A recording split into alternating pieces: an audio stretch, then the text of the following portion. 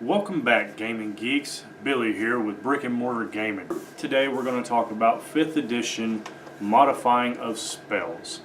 I want to play a sorcerer, but there's not that many frost spells in the sorcerer tree per se.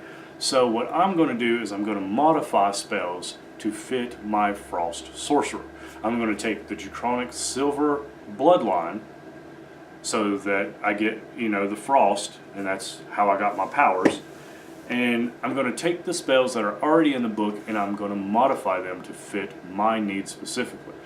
Now, I spoke to my DM and he was completely okay with this, and he said that I can run it this way. So first, we're going to start off with Ray of Frost. Of course, that is a frost spell, 1d8 cold damage, and speed reduction by 10. I'm going to pick that up very first thing. Next, we're going to modify Burning Hands. Burning Hands is a great spell, but it doesn't really do our Frost Mage justice. So here, we're going to rename it Frost Fingers instead of Burning Hands. A thin sheet of flame shoot out your outreaching fingertips. Each creature within 15 foot makes a dexterity saving throw. On a successful saving throw, it takes half damage of 3d6. And we're going to change that. Instead, we're going to call this Frost Fingers. And instead it does a thin sheet of frost. And it's going to come from my palms. I'm going to do like this, and it's going to come out instead of like this. No big deal, it's just how I do mine. And each creature within 15 foot makes a dexterity saving throw and takes 3d6 frost damage on a failed. The next one we're going to pick up is Chill Touch. Now, Chill Touch is, we're going to leave it as the word Chill Touch, but we're going to change the spell. You create a ghostly skeleton hand in a space with a creature within range. Make a ranged spell attack. On a hit, the target takes 1d8 necrotic damage, and it can't regain hit points till the start of your next turn. Until then, the hand clings to the target. If it hit an undead target, it also disadvantage on the attack roll against you until the end of next turn. So we're going to leave it as Chill Touch. You create a small ice storm in the space of the creature within range. On a hit, the target takes 1d8 damage and becoming chilled, not able to move or do an action until completely thawed, which is the beginning of your next turn. Next, we're going to pick up Scorching Ray, and we're going to change it to Ice Lance. Scorching Ray, you create 3 rays of fire and you hurl them at a target in range. You can throw them at all 3 of them at one target, or 1 at 3 different targets, or 2 at one target, 1 at another, however you would like to do it. Make a ranged spell attack for each ray. On a hit, the target takes 2d6 this is going to be fire damage. So Ice Lance, you do the exact same thing. You replace it for fire, but with ice. You create 3 Ice Lances. You can throw them at a target the same way, and the damage is exactly the same. The next one we're going to pick up is Fireball, and we're going to change it to Frostball. A bright streak flashes from your pointing finger to a point you choose within range. It blossoms with a low roar into a huge explosion of flame. Each creature within 20-foot radius of the sphere centered on the point must take a dexterity saving throw. A target takes 8d6 fire damage on a failed save and half that much damage on a successful save. So we're going to change it to Frostball. And you open your palm, and above it forms a ball of ice. Directing it toward the ranged target, as it hits, the target shatters. Each creature within a 20-foot radius takes a dexterity saving throw, 8d6 frost damage if failed, and half on success. Next, we're going to pick up Ice Storm. And that's just what it is, Ice Storm. We're not changing anything about it. It is a frost spell to us. A hail of rock-hard ice pounds the ground in a 20-foot radius. 40-foot high cylinder centered on the point within range. Each creature in the cylinder must take a dexterity saving throw. A creature takes 2d8 bludgeon damage and 4d6 cold damage on a failed save and half that much on a successful one. Hailstones turn the storm's area of effect into difficult terrain until end of next turn. And it scales. So next we're going to take one of my personal favorite, and it is highly overlooked because it does no damage, 0 damage, it does none. And we're going to leave it just like it is. So we're taking Sleet Storm. Until the spell's end, freezing rain and sleet falls in a 20-foot tall cylinder within 40-foot radius center of the point of it within range. The area is heavily obscured and exposed flames are doused. The ground in the area is covered in slick ice, making the difficult terrain. When a creature enters the spell's area for the first time on a turn it starts its turn there, it makes a dexterity saving throw. On a failed saving throw, it falls prone. I love this spell. I really do. It's highly overlooked. If a creature that is concentrating in the spell's area fails a Constitution saving throw, it loses concentration. So, I mean, it's a good spell. Highly overlooked, but a good spell. Next, we're going to take Wall of Fire. This one I had to modify a bit more than I would like, but me and my DM sat down and talked about it, and this is what we agreed to. So we're taking Wall of Fire, and we're changing it to Ice Wall. On Wall of Fire, you create a wall of fire on a solid surface within range. It can be 60 foot long, 20 foot high, and 1 foot thick. Or a ringed wall in a 20 foot diameter, 20 foot high, and 1 foot thick. The wall is opaque for the time of its duration. When the wall appears, each creature within the area must take a dexterity saving throw. On a failed save, a creature takes 5d8 fire damage, or half that damage on a successful throw. On the side of the wall selected by me as I cast it, it deals 5d8 fire damage to any creature that ends its turn 10 feet of the side that I said deals damage, and does nothing on the other side of the wall.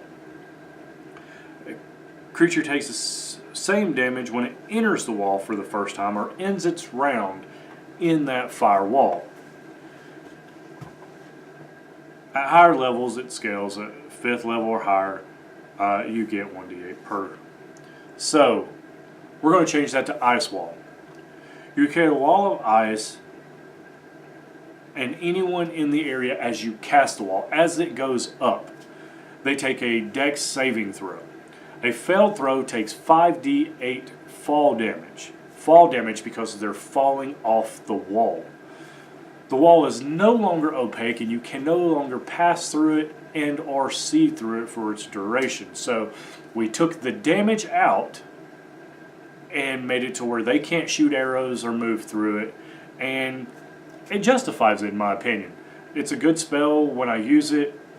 You know, we're backed in the corner. I want my healer to be able to come over and heal, stuff like that, and get a little bit of downtime. So we do that. Well, I throw up the wall, my healer comes over, heals me, we have a little bit of downtime. If we're losing that fight, we can like scurry and get out of there while my wall's up. Or I could block them on the other side of the wall and drop spells on the other side of the wall. However you want to do it.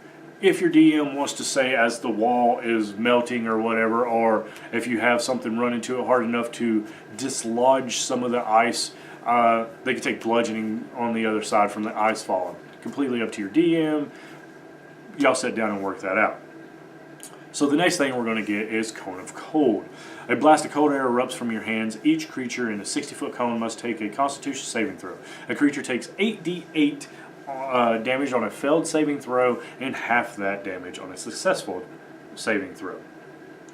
A creature is killed by the spell. It becomes frozen until thawed. At higher levels it scales. So next we're going to take Circle of Death. And this is necrotic damage, so we're going to have to change it a bit, and we're calling it Frost Circle. A sphere of negative energy ripples out in a 60-foot radius sphere from the point within range. Each creature in the area must take a Constitution saving throw. On a failed saving throw, it's 8d6 necrotic damage, and half that on a successful one.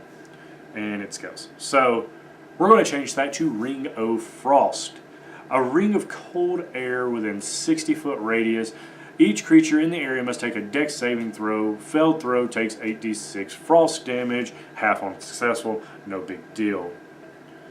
Next, we're going to take Finger of Death, and we're going to change it, to Frost Dagger. So Finger of Death, you send a negative energy coursing through the creature that you can see within range, causing a searing pain. The target must take a Constitution saving throw. It takes 7d8 plus 30 necrotic damage on a failed save, and half that much on a successful save. If it is humanoid and killed by the spell, at the beginning of the next turn, you raise the dead, and pretty much you get a zombie that will do whatever you tell it to do. That is pretty decent. Wish I could have that, but we're not necrotic.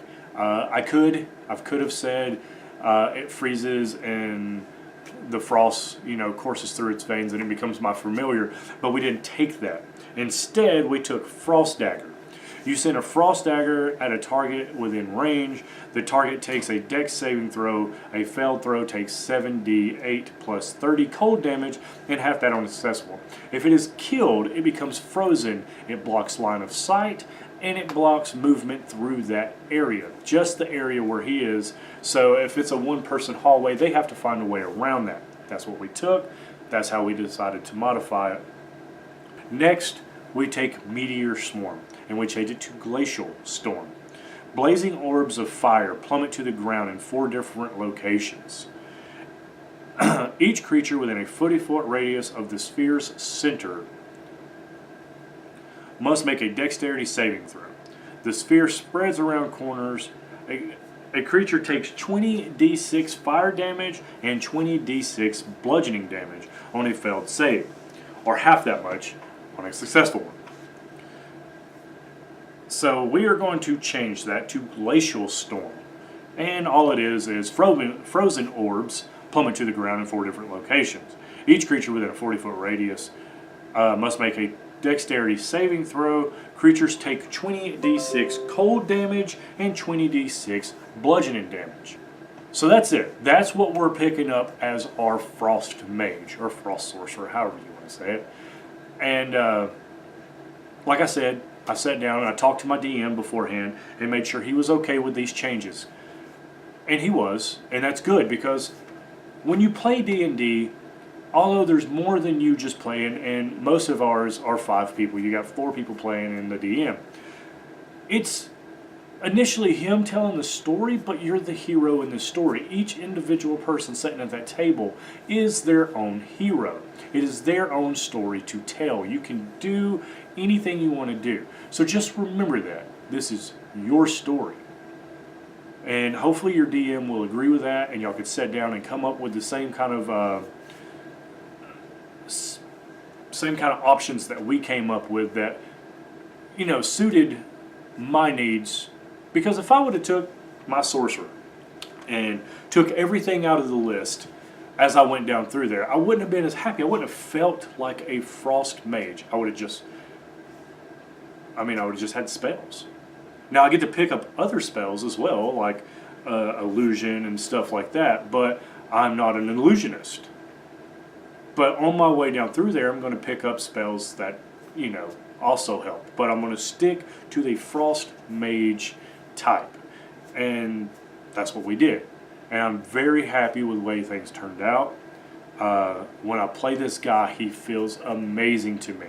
I actually feel like I am doing frost damage. I actually feel like I'm playing the character that I want to play instead of playing something that the book tells me I have to play. Because that's a guideline, guys. You do not have to do it exactly how they do it. Just like when the DM says this happens and you got a stickler for rules and he's like, well, the book says this is the rules. No, shut up. The DM made his decision. That's what's going to happen. Live your story. Live your life. And for everything D&D, guys, remember, brick and mortar gaming's